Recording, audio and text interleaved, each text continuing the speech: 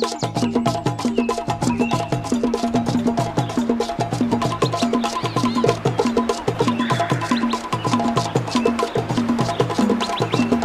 Everyone, तो KNS classes पे आपका हार्दिक स्वागत है। और आज हम बायोलॉजी का नेक्स्ट चैप्टर स्टार्ट कर रहे हैं, जो कि है वनस्पति जगत या फिर प्लांट किंगडम, जिसका आज पहला लेक्चर रहेगा। और इससे पहले अपन ने कोशिका चक्र और कोशिका विभाजन जो है, ठीक है, वो चैप्टर अपन ने कंप्लीट इन डिटेल स्टडी की थी उसकी, ठीक है। तो जिन्होंने ये चैप्टर कवर नहीं किया या फिर इच्छुक है इस चैप्टर को करने के, उसके अंदर नोट्स वगैरह सारा कुछ अपन ने मटेरियल उसके अंदर डाला हुआ है, वो आप जाके देख सकते हैं, ठीक है। जिसकी प्ले लिस्ट की जो लिंक है वो अपन डिस्क्रिप्शन बॉक्स के अंदर दे देंगे, ठीक है। आज अपन स्टार्ट करते हैं वनस्पति जगत यानी कि प्लांट किंगडम, ठीक है। बेसिकली ये जो स्टार्ट हुआ था, ठीक है, किस ब्रांच से, बायोलॉजी किस ब्रांच से ये है, उसके अपन डिटेल करेंगे और कैसे इस चैप्टर को अप्रोच करना है। मेन आज का बेसिक जो अपने पास फंडा रहेगा वो यही है कि इस चैप्टर का अप्रोच कैसे अपन लेंगे, ठीक है। बात एकदम इन डेप्थ होगी, नीट के क्वेश्चंस वगैरह सारा कुछ ट्राई करेंगे इसके अंदर, ठीक है। तो बेसिकली अपन स्टार्ट करते हैं पहले इस चैप्टर को, ठीक है, कैसे अपन इसको अप्रोच करना है वगैरह वगैरह सारा कुछ अपन डिटेल में जानेंगे।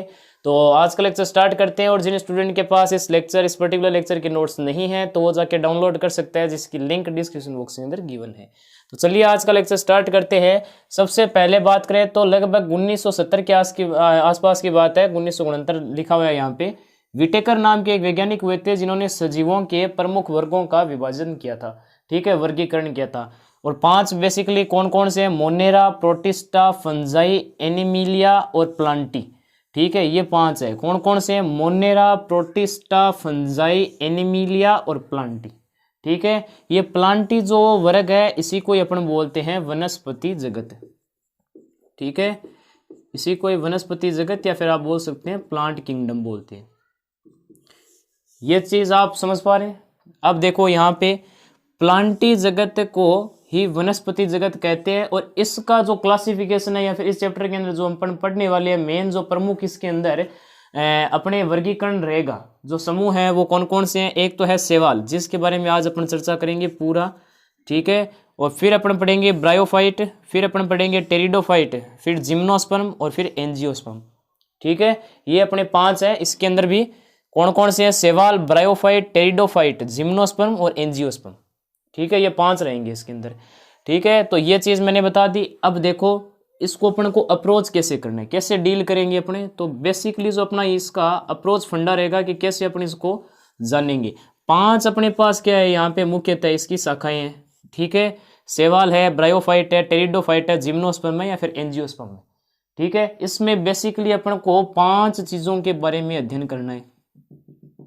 कौन कौन सी वो 5 चीजें हैं उनको देखो अपन क्या करेंगे, किताबों के अंदर पूरे पैराग्राफ में रहते हैं, ठीक है। नोट्स में आप देख लेना, वैसा नहीं है।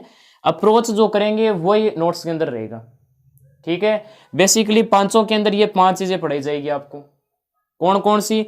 सबसे पहले जैसे मान लो मैंने शैवाल उठा लिया, तो शैवाल का पहले मेरे को यहाँ पे क्या जानना है?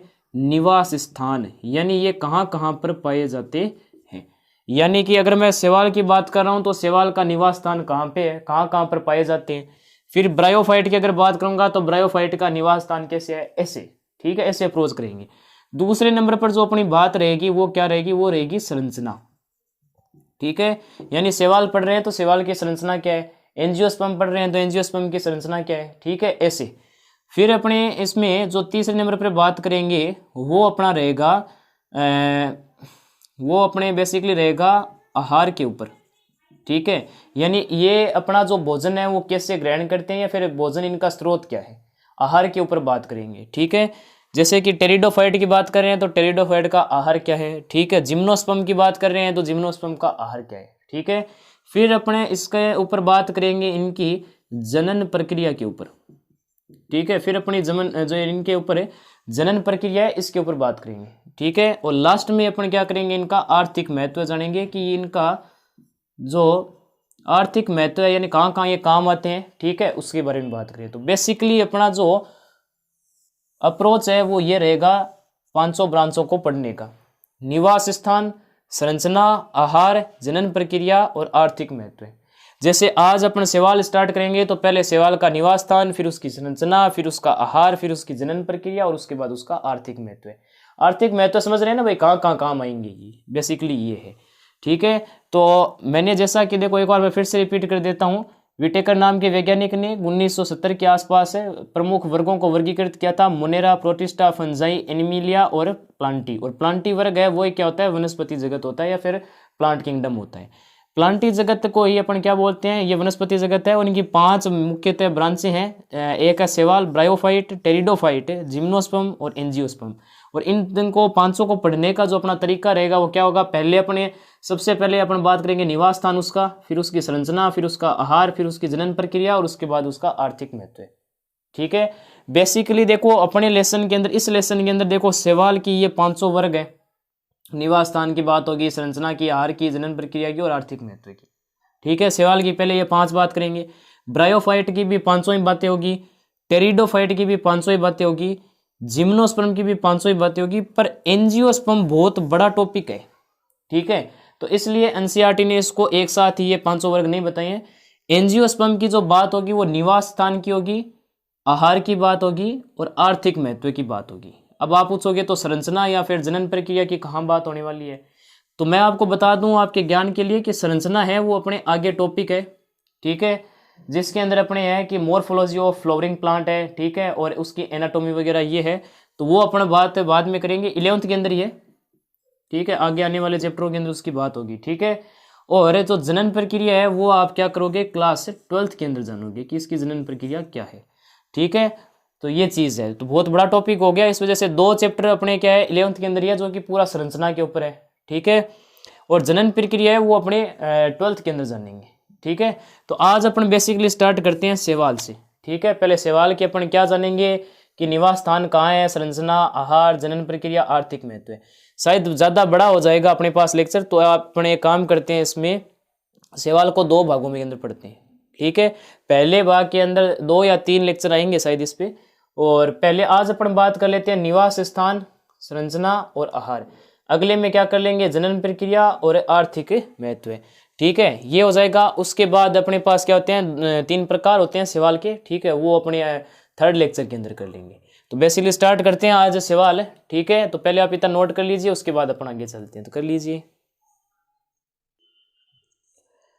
तो स्टार्ट करते हैं अपने पहले वर्ग से, शैवाल से। ठीक है, तो देखो अपन स्टार्ट कर रहे हैं आज शैवाल, और शैवाल में मैंने जैसा कहा था अपन इसके बारे में 5 चीज़ें पढ़ेंगे। पहले शैवाल की अपने पास निवास स्थान, दूसरे पे अपने क्या पढ़ेंगे, शैवाल की संरचना, तीसरे पे जो अपने पास शैवाल की आहार है वो, और चौथे नंबर पे शैवाल का अपने पास जनन प्रक्रिया, और लास्ट में अपन क्या पढ़ेंगे, शैवाल की आर्थिक महत्वता। ठीक है, ये 5 टॉपिक रहेंगे। तो सबसे पहले शैवाल की अपन बात करते हैं, तो शैवाल का निवास स्थान, पहले निवास स्थान के ऊपर बात कर ली जाए। निवास स्थान, तो देखो शैवाल का जो निवास स्थान है, मुख्यतः जो शैवाल है, अधिक मात्रा के अंदर जो शैवाल अपने पास पाए जाते हैं वो जल के अंदर है। ठीक है, ठीक है, मुख्यतः ये क्या होते हैं, जल के अंदर पाए जाते हैं। अब देखो जल भी अपने पास क्या हो सकता है भाई, जलीय वातावरण है। ठीक है, इनका जो निवास स्थान है वो आप बोल सकते हो जलीय वातावरण। तो जलीय वातावरण के अंदर अपने पास देखो 2 प्रकार के जल हो सकते हैं। एक तो हो सकता है शुद्ध जल हो अपने पास। ठीक है, शुद्ध जल में जैसे कैसे, बहती नदियों के अंदर। ठीक है, या फिर अपने पास ठहरा तालाबी जल भी बोल सकते हो। ठीक है, तालाबी जल। तो मुख्यतः अपने पास सबसे पहला जो है कि ये जलीय वातावरण में पाए जाते हैं, और जलीय वातावरण में भी क्या हो सकता है कि शुद्ध जल हो सकता है, जैसे बहती नदियाँ या फिर ठहरा तालाबी जल है, इसके अंदर पाई जाती है मुख्यतः। या फिर हो सकता है अपने पास समुद्री जल के अंदर भी पाई जा सकती है। ठीक है, समुद्री जल में। अब समुद्री जल में भी क्या हो सकता है भाई, 2 प्रकार के हो सकते हैं। या तो क्या हो सकती है, समुद्र की गहराई में। ठीक है, समुद्र की गहराई में, या फिर अपने पास क्या हो सकता है, अपन बोल सकते हैं खारे समुद्रों में। ठीक है, अब इसका मतलब क्या हो गया, खारे समुद्रों में, खारे समुद्रों के अंदर ये हो गई बात है कि जहाँ पर अपने पास नदी, ठीक है, और नदी जहाँ पर समुद्रों से मिलती है ना, उस स्थान को बेसिकली अपन क्या बोल सकते हैं, खारे समुद्रों के आसपास। ठीक है, तो बेसिकली अपने पास ज़्यादा मात्रा के अंदर शैवाल कहाँ पाया जाता है, ज़्यादा मात्रा में शैवाल पाया जाता है अपने पास जलीय वातावरण में। ठीक है, जलीय वातावरण भी 2 प्रकार से विभाजित हो सकता है। एक तो शुद्ध जल में, यानी बहती नदियाँ हो, ठहरा तालाबी जल हो, वहाँ पे ज़्यादा पाई जाती है। और अपने पास जो समुद्री जल है जिसके अंदर समुद्र की एकदम गहराइयों के अंदर पाई जाती है, या फिर खारे समुद्रों के अंदर जहाँ पे नदी और समुद्र मिलते हैं उस स्थान पर ज़्यादा पाई जाती है। ये तो मुख्यतः अपने पास हो गई कि ज़्यादा कहाँ पाई जाती है। अब कुछ एक अपने पास है असामान्य निवास स्थान भी है, असामान्य असामान्य निवास स्थान। असामान्य निवास स्थान कैसे, जहाँ पर मतलब थोड़ी मात्रा के अंदर शैवाल पाई जाती हो। ठीक है, तो शैवाल अपने पास मुख्यतः तो यहाँ पे पाई जाती है। और असामान्य रूप से जैसे कि क्या हो सकता है, नम युक्त अपने पास मिट्टी के अंदर पाई जा सकती है। ठीक है, जहाँ पर थोड़ी बहुत मिट्टी होना, क्योंकि इसको तो क्या चाहिए भाई, नमी चाहिए इसको जीवित रहने के लिए शैवाल। ठीक है, जैसे कि राजस्थान में बोलते हैं ना वो भाई खेड़ में जो अपने पास काई जमती है। ठीक है, बेसिकली वही शैवाल है, तो और कोई नहीं है भाई। शैवाल आपने देखे होंगे, शैवाल तो आपने खुद ने देख रखे हैं। ठीक है, नल के आसपास जैसे हरी हरी काई जम जाती है। ठीक है, बेसिकली वही शैवाल है। तो अपने पास जो शैवाल है वो नमयुक्त मिट्टी के अंदर पाई जा सकती है। दूसरा अपने पास ये हो सकता है कि वो नमयुक्त पत्थरों के अंदर भी पाई जा सकती है। ठीक है, या फिर अपने पास नमयुक्त लकड़ी के अंदर भी पाई जा सकती है। ठीक है, तीसरा जैसे अपने बात करें तो कुछ एक अपने पास आप बोल सकते हो अपने पास क्या होते हैं, यहाँ पे कवक होते हैं। तो कवक के ऊपर भी कई बार उगती है ये। ठीक है, कवक के ऊपर भी कई बार क्या होती है, अपने पास शैवाल उगने लगती है। ठीक है, जैसे कि आपने एक इसका नाम जरूर सुना होगा, लाइकेन। ठीक है, तो बेसिकली जो लाइकेन है, ठीक है, एक कवक होती है लाइकेन, इसके ऊपर भी कई बार क्या होती है, शैवालें उगने लगती है। ठीक है, और भी अगर आप बात करना चाहो तो कई जानवरों के ऊपर भी उगती है ये। ठीक है, जानवरों की सतह पर भी उग सकती है, कि सतह के ऊपर। ठीक है, बेसिकली जैसे कि अपन उदाहरण ले सकते हैं, इसका उदाहरण जैसे हो गया अपने पास स्लाथ रींच। ठीक है, बेसिकली इसके ऊपर भी कई बार क्या होती है, शैवाल उगती है। ठीक है, स्लाथ रींच होते हैं ना, बेसिकली इसको पहले पढ़ाया जाता था। ठीक है, अपने बुकों के अंदर ये रहता था कैसे उगती है वगैरह वगैरह, पर इस बार है नहीं, तो अपने को बस इसका उदाहरण ध्यान में रखना है कि कई बार कुछ जानवरों की सतह पर भी उगती है, स्लाथ रींच है जैसे। ठीक है, तो बेसिकली अपने पास ये है शैवाल का निवास स्थान। इसके अलावा और कहीं पर भी आपको नहीं मिलेगा। बुक के अंदर क्या है, कहीं पर मतलब कुछ जगहों पे बीच में घुसा रखा है कि कहाँ पाई जाती है। मैंने आपको क्या है पूरा एक साथ बता दिया डिटेल में। ठीक है, तो शैवाल है वो ज़्यादातर क्या होते हैं, जलीय वातावरण में, शुद्ध जल में हो सकते हैं या फिर समुद्री जल में।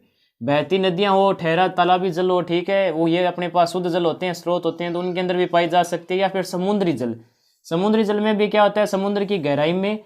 और खारे पानी जो होते हैं ना भाई, खारे समुद्र होते हैं। ठीक है, जैसे नदियाँ और समुद्र जहाँ मिलते हैं ना, वहाँ पे खारा पानी होता है। ठीक है, तो उसको खारे समुद्र बोलते हैं। ठीक है, तो ज़्यादा मात्रा के अंदर तो यहाँ पाई जाती है। और कुछ एक असामान्य निवास स्थान भी है, जैसे नमयुक्त, कई बार मिट्टी के अंदर भी जो शैवाल है वो रहते हैं, या फिर नमयुक्त पत्थरों के अंदर, नमयुक्त लकड़ी के ऊपर भी कई बार एक कवक होता है। ठीक है, जिसको लाइकेन बोलते हैं, तो उसकी सतह पर भी उगने लगते हैं। और जानवरों के कई बार सतह के ऊपर भी उगने लगते हैं, जैसे कि अपने पास मैंने बोल दिया, एक उदाहरण दे दिया, स्लॉथ रिंग्स। ठीक है, तो बेसिकली ये अपने पास क्या है, शैवाल के निवास स्थान है। ठीक है, ये चीज़ क्लियर है। अब अपने पास शैवाल का निवास स्थान क्लियर होता है कि ये कहाँ पाई जाती है। ठीक है, इसके अलावा और कहीं नहीं पाई जाती है शैवाल। ठीक है, अगर आपको अभी भी नहीं देखी हुई है तो अलग अलग प्रकार की शैवाल आप यहाँ पे देख सकते हैं, ये रही इसकी पिक्चर। ठीक है, देख ली। अब अपने आगे चलते हैं। ठीक है, और इसकी संरचना के ऊपर बातें करते हैं। तो पहले आप इतना नोट कर लीजिए, फिर अपना आगे चलते हैं, तो कर लीजिए। तो अब अपने आगे चलते हैं। ठीक है, और शैवाल में जो सेकंड चीज़ अपन को पढ़नी है वो क्या है, वो है शैवाल की संरचना। शैवाल की संरचना, देखो शैवाल की संरचना की अगर बात करें तो शैवाल एक क्या है, सामान्य जीव है। ठीक है, सामान्य जीव है, थैलोइड है। ठीक है, थैलोइड मैं बताता हूँ अभी, जैसे ही आगे अपने संरचना के ऊपर और आप बात करेंगे तो थैलोइड आपको ज़्यादा समझ में आएगा, बीच में समझा दूंगा मैं। ठीक है, तो सामान्य जीव है, थैलोइड है, और यहाँ पे आप कह सकते हो कि इसके अंदर क्लोरोफिल होता है। ठीक है, बेसिकली ये चीज़ बड़ी इंपॉर्टेंट है कि शैवाल के अंदर क्या होता है, क्लोरोफिल होता है। तो ये क्या होते हैं, स्वपोषी जीव होते हैं। ठीक है, स्वपोषी जीव यानी अपना खाना ये खुद बनाते हैं। ठीक है, अपना खाना ये खुद बनाते हैं, और किसके द्वारा, प्रकाश संश्लेषण द्वारा। प्रकाश संश्लेषण, प्रकाश संश्लेषण द्वारा ये खुद का भोजन तैयार करते हैं। ठीक है, तो इसलिए ये क्या हो गया, स्वपोषी जीव हो गया। एक सामान्य जीव है, ठीक है, थैलोइड है, क्लोरोफिल होता है, क्लोरोफिल होने से ये क्या करेगा, प्रकाश संश्लेषण द्वारा खुद का भोजन खुद ही बनाएगा, तो इस वजह से ये स्वपोषी जीव भी, ठीक है। अब देखो अपन आगे बात करें तो इसकी जो संरचना है वो मुख्यतः अपने को दो भागों के अंदर पढ़नी होगी, ठीक है। संरचना इसकी दो भागों में कैसी है, एक तो अपन को इसको बाहरी संरचना पढ़नी है, ठीक है, इसकी बाहरी संरचना पढ़नी है, यानी दिखने में ये कैसा है बाहर से, और दूसरा अपन को जो पढ़ना होगा वो इसका कोशिका अध्ययन करना होगा, ठीक है। बेसिकली इसका कोशिका अध्ययन करना होगा अपन को, ये चीज़ क्लियर है। अब देखो बाहरी संरचना, अपन पहले ये चीज़ पढ़ेंगे कि इसकी बाहरी संरचना कैसी है, बाहरी संरचना। तो एनसीईआरटी अपन को एक लाइन देती है, वो कहती है कि शैवाल माप व आकार में बहुत विभिन्नता रखते हैं, ठीक है। बेसिकली ये अपन को एनसीईआरटी एक लाइन देती है बाहरी संरचना के अंदर कि शैवाल माप व आकार में बहुत विभिन्नता रखते हैं। कैसे, पहले तो देखो मैं यहाँ पे आपको माप में समझाता हूँ कि ये माप की बात क्या है। यहाँ पे माप की बात ये है कि शैवाल अपने क्या होते हैं, शैवाल अपने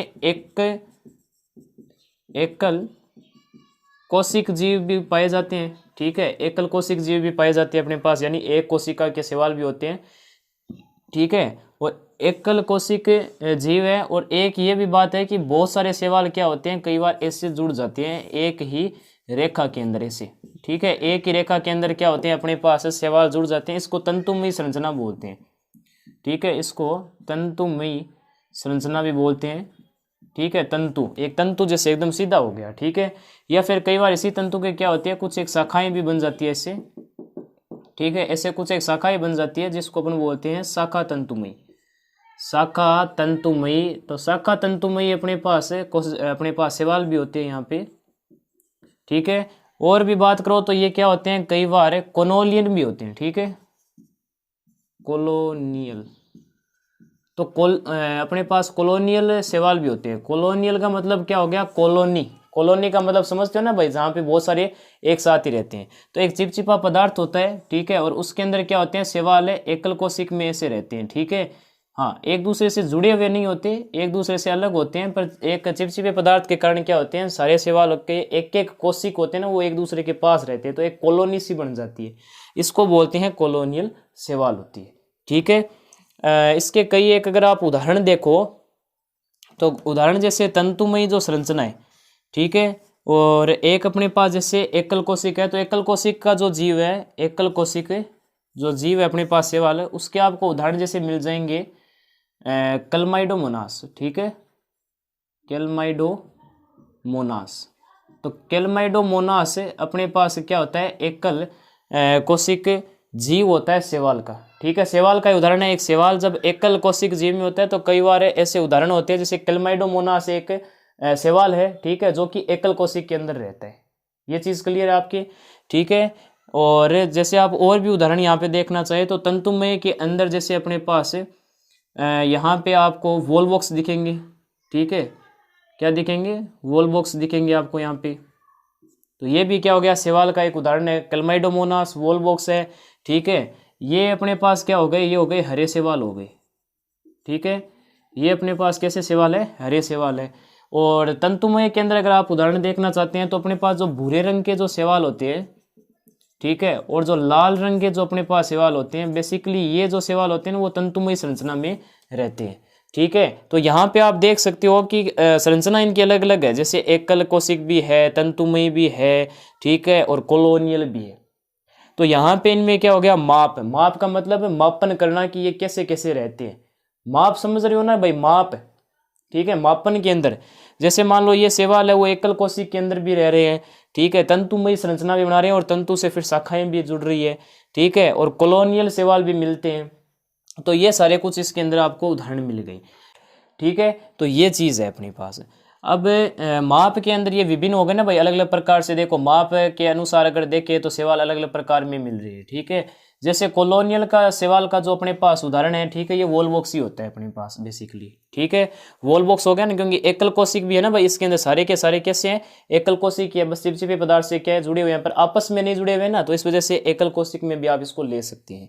तो बेसिकली क्या होते हैं एकल कोशिक के अंदर, आप क्लैमाइडोमोनास या फिर अपने पास कॉलोनियल शैवाल का उदाहरण ले लें तो वॉल बॉक्स आप ले सकते हैं यहाँ पे, ठीक है। ये हो गए, ये क्या होते हैं, हरे शैवाल होते हैं, हरे रंग के होते हैं, और जो तंतुमयी संरचना बनाते हैं, ठीक है, या फिर उससे अगर शाखाएं जुड़ी हुई है तो शाखा तंतुमयी हो गई, तो उनके उदाहरण आप भूरे शैवाल या लाल शैवाल ले सकते हैं, ठीक है। तो ये बेसिकली क्या हो गया, माप के हिसाब से हो गया। अब अगर बात करूं मैं माप का, तो मैंने चलो पढ़ लिया आकार, ठीक है। तो आकार में बेसिकली आप क्या लोगे, आकार के अंदर ये ले सकते हो आप कि आप देख रहे हो कि ये एकल कोशिक से लेके, ठीक है, एकल कोशिक मतलब आप मान सकते हो लगभग 0.1 नैनोमीटर के आसपास, नैनोमीटर तो काफ़ी ज़्यादा हो जाएगा, छोड़ो आप इसको छोड़ो। तो एकल कोशिक, ठीक है, और एकल कोशिक से लेके लगभग ये 100 मीटर तक के लंबे हो सकते हैं, ठीक है। तो एकल कोशिक से लेके और 100 मीटर तक के शैवाल पाए जाते हैं, ठीक है। तो इस वजह से क्या हुआ, इनका मापदंड है, ठीक है, या फिर अपन बोल सकते हैं इनका आकार है, तो इसमें क्या हो रही है, विभिन्नता बहुत ज़्यादा हो रही है, ठीक है। तो बेसिकली ये चीज़ है अपने पास है। और शैवाल की संरचना के अंदर जो बाह्य संरचना है उसके अंदर आपको ये सारी चीज़ें इसके अंदर दिखेगी, ठीक है। ये चीज़ क्लियर है आपके एकदम है, ठीक है। तो पहले आप ये नोट कर लीजिए, फिर अपन कोशिका का अध्ययन कर लेते हैं कि कोशिका में कैसी कैसी विभिन्नताएं पाई जाती है इसमें, ठीक है। तो पहले आप इतना नोट कर लीजिए, फिर अपन आगे चलते हैं, तो कर लीजिए। तो नेक्स्ट अपने आगे चलते हैं, ठीक है, जिसके अंदर अपन को क्या पढ़ना है, शैवाल की संरचना का दूसरा भाग पढ़ना है, जो कि अपना क्या था, कोशिका अध्ययन, ठीक है, कोशिका अध्ययन है, इसके बारे में बात करते हैं। तो कोशिका अध्ययन के अंदर देखो, जो अपने पास आप चाहो देखो लाल, ठीक है, भूरी, हरी, कोई सी भी शैवाल ले लो, इनमें जो इनका केंद्रक होता है, ठीक है, वो सारों का एक जैसा होता है, समान होता है, ठीक है। तो इस वजह से अपन को क्या है, जो समान चीज़ें हैं उनकी अपन को स्टडी नहीं करनी, अपन को स्टडी किसकी करनी है, जिसमें अंतर पाया जाए, ठीक है, अंतर पाया जाए। तो बेसिकली इसके अंदर अंतर कौन कौन से हैं, 4 अंतर अपन को बेसिकली इसके अंदर कवर करनी है, ठीक है। पहली बात करें तो शैवाल है, इसका अगर कोशिका का अध्ययन कर रहे हो तो सभी की सभी जो शैवाल है या फिर अपने पास जितना भी जो वनस्पति जगत है उनकी में सभी की जो कोशिकाएं हैं वो यूकैरियोटिक होती है, यूकैरियोटिक होती है, यानी केंद्रक पाया जाता है उसमें, बेसिकली ये बात है, ठीक है। अब अंतर पाया जाए, देखो अंतर कौन कौन से होंगे मैं बता देता हूँ। एक तो अपने पास कोशिका भित्ति रहेगी, ठीक है, कोशिका भित्ति है, उनमें अंतर पाया जाता है लाल, भूरी, हरी सारी में, ठीक है। और एक दूसरी बात अपने यहाँ पे क्या रह जाएगी, एक अपनी रहेगी जैसे कि फ्लैजेला के अंदर, ठीक है, जो अपने पास फ्लैजिला होता है, तो फ्लैजिला के अंदर अपने को अंतर पाया जाएगा लाल, भूरी और हरी के अंदर। फ्लैजिला भी अलग अलग प्रकार से विभिन्नता रखता है, ठीक है। फ्लैजिला के बाद जो अपन को तीसरा जो अपने पास पढ़ना होगा वो होगा वर्णक, और चौथा अपने पास होगा भंडारण, ठीक है। तो बेसिकली अपने पास जो शैवाल है, तो शैवाल की जो संरचना है उसके अंदर कोशिका अगर अध्ययन कर रहे हो तो जो समान चीज़ है उसको तो एक बार उधर रख दो, क्योंकि लाल, भूरी और हरी शैवाल के जो केंद्रक है वो समान है, तो उसकी बात नहीं करनी, बात उसी की करनी है जिसमें विभिन्नता पाई जाए, ठीक है, जिसके अंदर अंतर हो। अंतर देखो, जो कोशिका भित्ति है वो तीनों की ही अलग अलग प्रकार से वेरी करती है, फ्लैजिला, वर्णक और भंडारण। जैसे जैसे आगे चलेंगे बता देंगे कि क्या क्या चीज़ होती है। सबसे पहले बात करते हैं कोशिका भित्ति की, ठीक है। तो कोशिका भित्ति के अंदर देखो, कोशिका भित्ति जैसे मान लो मैंने एक यहाँ पे क्या करी है, पादप कोशिका बनाई है मैंने यहाँ पे, ठीक है। ये इसका क्या होगा भाई, ये होगा कोशिका झिल्ली, ठीक है, ये कोशिका झिल्ली हो गई। और बाहर जो है इसको अपन क्या बोल देंगे, कोशिका भित्ति, ठीक है, ये हो गई। अगर मैं इसको क्या करूं, यहाँ से इस जगह से मान लो मैं इसको क्या करता हूँ, ऐसे जूम करता हूँ, तो जूम करने पर मान लो आपको मैंने ये यहाँ पर ये चीज़ थोड़ी जूम करके दिखा दी, ठीक है। तो इसके अंदर होता है सेलुलोज, क्या होता है इसके अंदर, इसके अंदर सेलुलोज, ठीक है। तो यहाँ पर आपको सेलुलोज दिखेगा, इसके बीच में, किसके बीच में, कोशिका झिल्ली और कोशिका भित्ति के बीच में क्या रहता है, सेलुलोज उपस्थित होता है। अब इसकी जो अपने पास कोशिका झिल्ली है, यहाँ पर क्या होते हैं, कुछ एक रासायनिक यौगिक होते हैं चिपके हुए यहाँ पे इस जगह पे होते हैं, कुछ एक अपने पास रासायनिक पदार्थ होते हैं, ठीक है। और ये रासायनिक पदार्थ क्या करते हैं, पानी को सोखने का काम करते हैं, ठीक है। मैंने जैसा कि कहा ना भाई कि शैवाल क्या है, अपने पास एक जलीय जीव है।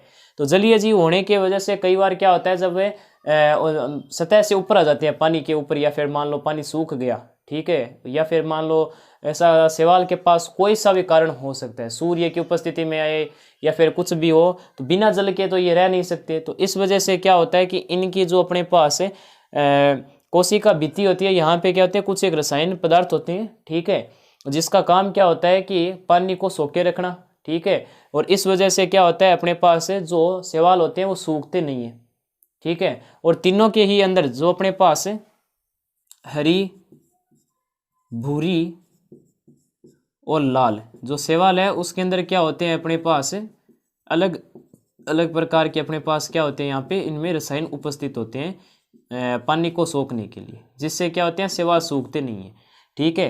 जैसे कि इसके अंदर आपको पाया जाता है एक रसायन होता है जिसको बोलते हैं पेक्टिन, ठीक है। इसके अंदर पेक्टिन होता है। इसके अंदर क्या होता है, इसके अंदर होता है एल्जीन, ठीक है, और इसके अंदर होता है काराजीन। तो ये अलग अलग प्रकार के अपने पास क्या होते हैं, इसके अंदर रसायन उपस्थित होते हैं। अलग अलग चीज हो गई ना भाई, अपन को तो विभिन्नता ही तो पढ़नी थी, ठीक है। तो कोशिका को अपन क्या कर रहे हैं, अध्ययन कर रहे हैं, ठीक है। तो कोशिका भित्ति की क्या होता है, जो अपने पास रासायनिक पदार्थ होता है वो अलग अलग होता है, ठीक है। और अलग अलग जो रासायनिक पदार्थ है, ठीक है, अलग अलग प्रकार के शैवाल के अंदर होता है। जैसे कि हरी शैवाल के अंदर पेक्टिन होता है, भूरी शैवाल के अंदर एल्जीन और लाल शैवाल के अंदर काराजीन नाम का रासायनिक पदार्थ होता है, जो पानी को सोखता है ताकि शैवाल सूखे ना, ठीक है। तो बेसिकली ये चीज़ अपने यहाँ पे पाई जाती है, जो कि एक विभिन्नता हो गई। अगली अपन बात करते हैं फ्लैजिला के ऊपर, ठीक है। तो पहले आप इतना नोट कर लीजिए, फिर अपन आगे चलते हैं, तो कर लीजिए। तो शैवाल की संरचना में अपन आगे बढ़ते हुए इसकी कोशिका अध्ययन का दूसरा भाग पढ़ते हैं कि कौन सी विभिन्नता पाई जाती है। तो दूसरे नंबर पे अपने पास जो है वो बेसिकली अपन को पढ़ना है फ्लैजिला, ठीक है। देखते हैं फ्लैजिला कैसे वेरी करता है तीनों अपने पास शैवालों में, ठीक है, हरी, भूरी और लाल में। देखो फ्लैजिला क्या होता है कि अगर अपने पास ये शैवाल है, ठीक है, तो इस शैवाल के क्या होता है, यहाँ पे क्या होता है, एक तंतु संरचना होती है, ठीक है, क्या होती है, तंतु संरचना। और इसकी वजह से क्या होता है, शैवाल है वो चलायमान होता है, ठीक है, इसकी मदद से या फिर इसकी सहायता से चल पाता है शैवाल, ठीक है। तो ये चीज़ होती है अपने पास, इसी को क्या बोलते हैं, फ्लैजिला बोलते हैं, ठीक है, इसी को क्या बोलते हैं अपने पास, फ्लैजिला बोलते हैं। ये चीज़ के लिए, ये चीज़ समझ में आ रही है ना भाई। फ्लैजिला की उपस्थिति में क्या होता है, जो अपने पास कोशिका है, ठीक है, जो अपने पास शैवाल की वो चल सकती है आराम से, ठीक है, ठीक है। जैसे कि शुक्राणु होते हैं, तो शुक्राणु के अंदर क्या होता है, फ्लैजिला की मदद से शुक्राणु क्या होते हैं, मुक्त रूप से चल सकते हैं, ठीक है। तो ये फ्लैजिला होता है वो शुक्राणु के अंदर भी पाया जाता है, ठीक है, ये चीज़ क्लियर है। अब देखो फ्लैजिला की उपस्थिति में एक तंतुमय संरचना होती है, जिससे अपने पास जो शैवाल है वो चलायमान होती है, ठीक है। अब मेरी एक बात सुनिएगा, आप गौर से देखो, ये मान लो मेरे पास एक शैवाल है और इससे एक फ्लैजिला लगा है, ठीक है। अब मान लो पानी का बहाव ऐसे है, ठीक है, पानी का भाव ऐसे है, तो पानी का भाव देखो, ये दिशा हो गई किसकी, आप बोल सकते हो जल के बहाव की दिशा, ठीक है। तो जल की बहाव की दिशा ये हो गई, ठीक है। और इसकी वजह देखो यहाँ पे फ्लैजिला है, तो इस वजह से ये जो शैवाल है वो इधर की तरफ जा सकता है, तो शैवाल की दिशा, ठीक है, यानी पानी की दिशा से विपरीत दिशा के अंदर जा सकता है अपने पास शैवाल। मान लो किसी शैवाल के पास अगर फ्लैजिला नहीं है, ठीक है, अब फ्लैजिला नहीं है, मान लो जल इधर जा रहा है, तो जल क्या करेगा, इससे शैवाल को अपनी ही दिशा के अंदर ले जाएगा, ठीक है। अगर अपने पास क्या होता है, फ्लैजिला होता है, तब तो क्या होगा, अपने पास शैवाल है वो अपने अनुसार चल सकता है, ठीक है। अगर फ्लैजिला नहीं होगा तो इस वजह से क्या होगा, जल जहाँ जाएगा, जिस दिशा में जाएगा उसी दिशा में अपने पास शैवाल चलना शुरू कर देगा, ठीक है। बेसिकली ये वाला जो चलायमान है और ये वाला, इसको बोलते हैं अपने पास सक्रिय चाल, ठीक है। ये अपने पास सक्रिय चाल हो गई और ये हो गई अपने पास निष्क्रिय चाल, ठीक है। तो सक्रिय चाल और निष्क्रिय चाल हो गई अपने पास। इसके अंदर क्या होता है, सक्रिय चाल का मतलब क्या हो गया, शैवाल अपने अनुसार, ठीक है, चल सकता है। और निष्क्रिय के अंदर क्या हो जाएगा, शैवाल है, ठीक है, वो पानी की दिशा के अंदर ही चलता रहेगा, ठीक है। तो ये बेसिकली हो गया। अब बात करें तो देखो विभिन्नता कैसे पाई जाती है। जैसे मैं ले हरी शैवाल को, ठीक है, तो हरी शैवाल के अंदर क्या होते हैं, अपने पास जो फ्लैजिला उपस्थित होते हैं, ठीक है, फ्लैजिला उपस्थित होते हैं। और फ्लैजिला बेसिकली ये अपने पास अगर सवाल है तो एकदम ऊपर की तरफ अपने पास यहाँ पे फ्लैजिला होते हैं, ठीक है। और इनकी संख्या लगभग 2 से 8 होती है और सारे के सारे क्या होते हैं, समान अपने पास समान आकार के होते हैं, ठीक है। यानी इनका जो अपने पास ये डिस्टेंस है, ठीक है, बेसिकली ये जो दूरी है, ठीक है, और ये जो दूरी है ये क्या होती है, बराबर में होती है, ठीक है। तो इनकी जो लंबाई है ना, जो अपने पास शैवाल के जो फ्लैजिला है, ठीक है, तो जो फ्लैजिला की जो लंबाई है हरी शैवाल के अंदर बराबर रहती है, ठीक है।